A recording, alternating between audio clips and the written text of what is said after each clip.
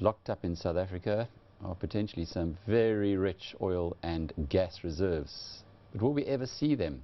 Will they ever be brought into account? The Mineral and Petroleum Resources Development Amendment Bill will make a difference. Luke Havemann, oil and gas expert from ENSafrica. Dr. Luke Havemann.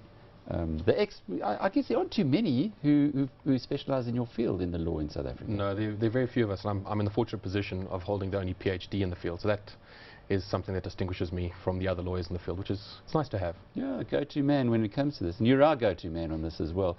Last time we spoke, it was there was a change. It was just ahead of the election.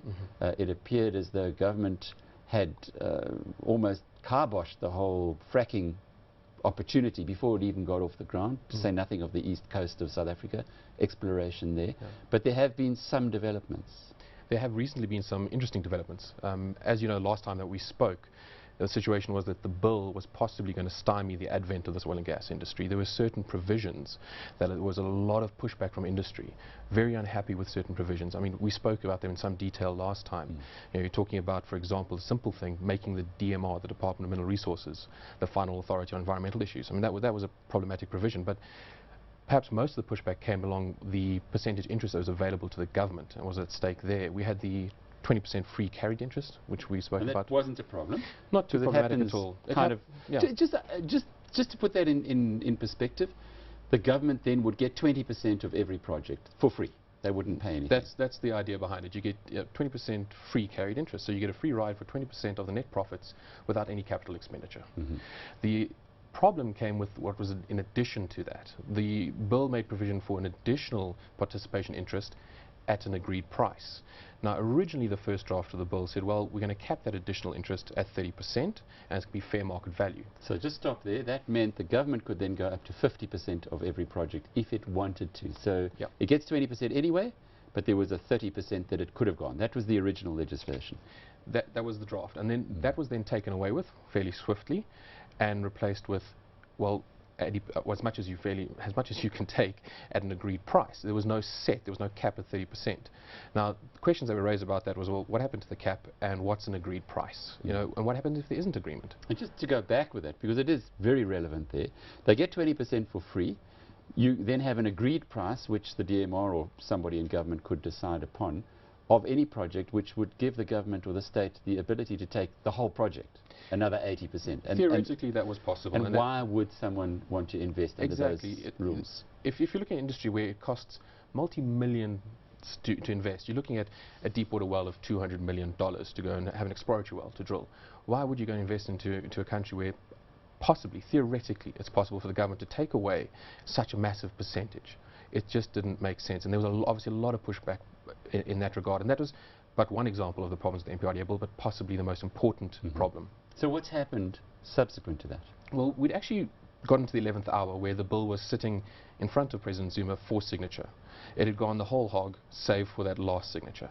And fortunately, and we're all breathing a sigh of relief, it's been pulled back by our new Minister of Mineral Resources, and he says, no, he's going to have a look at this, and with a committee, they're going to look at these problematic provisions. I think the word used was hostile provisions, or hostile clauses. So there's an acknowledgement that that which we were going to change about our law was not appropriate, and we need to have a look at whether or not what we're doing is sufficient to continue to attract foreign investment, because we're a very young industry, oil and gas-wise, very young in South Africa. But in the last 3 years, there's been a massive increase in the number of international oil companies that have come into our waters, and big ones. We've had what we call super majors. We've got the likes of Exxon, Total, Shell. Now, very recently, ENI, the Italian company, has just come into our waters. So they wouldn't be coming unless there was an interest, unless there was a possibility of there being decent reserves. But we've got to provide the right regulatory environment. We've got to actually entice them. Otherwise, the alternative is they simply go to jurisdictions where the terms are more favorable. And in Africa, there are many of those. There are many. Africa is the hot spot at the moment for oil and gas. It's referred to as the second scramble for Africa. If you look at what's happening in Mozambique and Kenya and Tanzania, it's undoubtedly the go-to destination for oil and gas on the globe at the moment. But we are behind the rest of our fellow countries, our neighbors, because our law is hampering us. So with the new or proposed amendments, again, to the law before it finally goes to President Zuma, what are you expecting will come out of this that will be sufficiently attractive for the international companies to participate?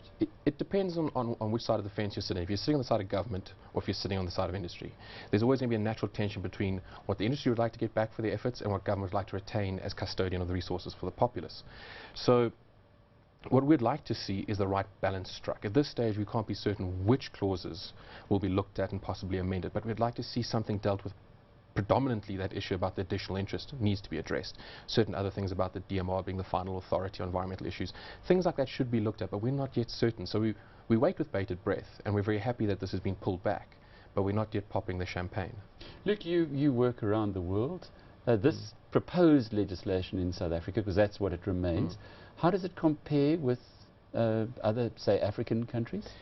The problem that we have in South Africa relative to other jurisdictions that I work in is that South Africa has a statute that governs both terrestrial mining and, for example, offshore oil and gas. We have gold mining and oil and gas governed by the same statute, which are two entirely different industries. Now, there's been a lot of talk about this for some time as to whether or not oil and gas should be taken out of the MPRDA and given its own statute, which is industry-specific, or not. The dominant approach around the world, what's considered best industry practice, is to have an independent statute that deals just with this industry. So if you look at Mozambique, they've gone that route. Uganda's recently gone that route.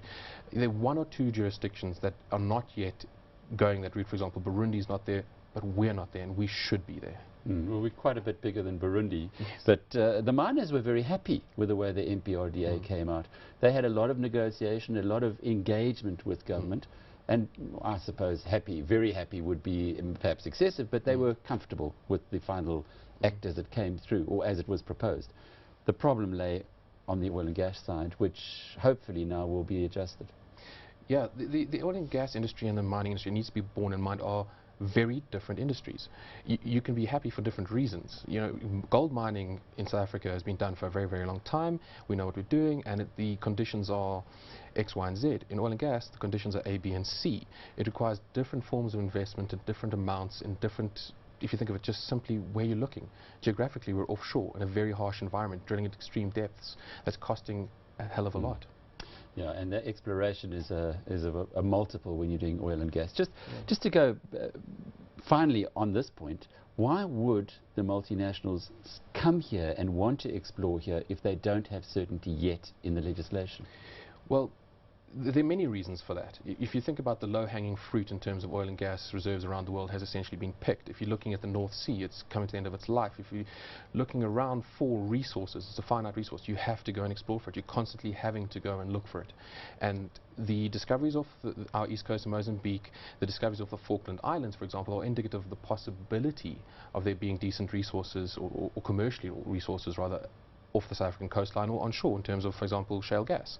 So it's enticing to come and look to see what we have as a nation and what could possibly be exploited. And very quickly, the whole fracking story, are we getting closer to seeing it come to fruition? We're slowly but surely getting there in terms of the legislation, in terms of the regulations that are being put out and the commentary on them. So we're getting there, but we still haven't yet gotten out the gates. We've got some way to go still. Luke, thank you for that update. Luke Havemann is with ENS South Africa. He's, well, the country's oil and gas expert on the legal side. And it is a huge, huge potential industry. We've got to get this one right.